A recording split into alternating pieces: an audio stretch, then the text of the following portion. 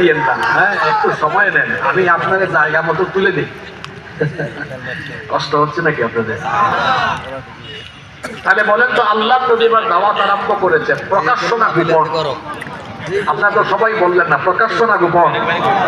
না প্রকাশ্য নয়, আমার পেছন থেকে একজন বলছেন প্রকাশ্য না গোপন। কি দাওয়াত? গোপনে দাওয়াত দিচ্ছেন। কয় বছর? 3 বছর আল্লাহ নবী গোপনে গোপনে দাওয়াত দিলেন। একেবারে বেশিরভাগ গরিব মানুষ আর বেশিরভাগ যুবকেরা ইসলাম গ্রহণ করলো।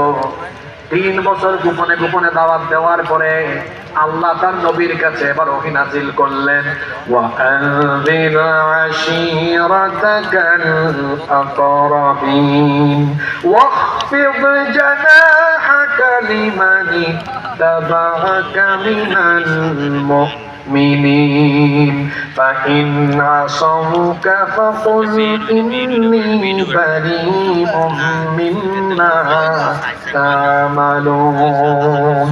আল্লাহ তার নবীকে বললেন, আপনি আপনার নিকটাত্মীয়দেরকে প্রকাশ্যে দাওয়াত দেওয়া আরম্ভ করেন।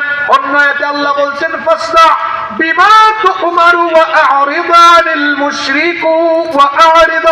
মুশরিকিন। আল্লাহ তার নবীকে বললেন, আপনাকে যে ব্যাপারে আদেশ দেওয়া হয়েছে আপনি তা পালন করুন, অর্থাৎ প্রকাশ্যে দাওয়াত দেন।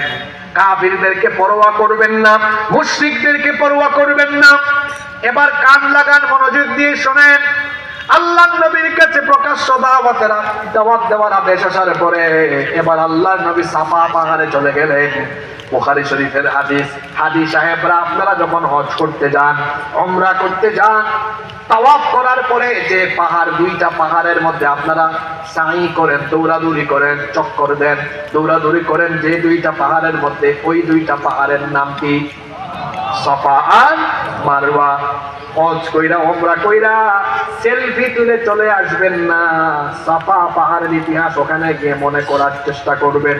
আমি আমার জীবনে প্রথম যখন সাফা পাহাড়ে যখন গিয়েছিলাম, সাই করার আগে সাফা পাহাড়ে লম্বা সময় দাঁড়িয়েছিলাম, আমার এই হাদিসটা মনে করছিলাম। মনের অজান্তেই যখন চক্ষু দিয়ে পানি বের হয়েছে, আহারে আমি হয়তো সাফা পাহাড়ের এমন জায়গায় দাঁড়িয়েছি যেখানে আমার নবীর কদম পড়েছিল, হয়তো বা এখানে আমার নবীর রক্ত পড়েছিল।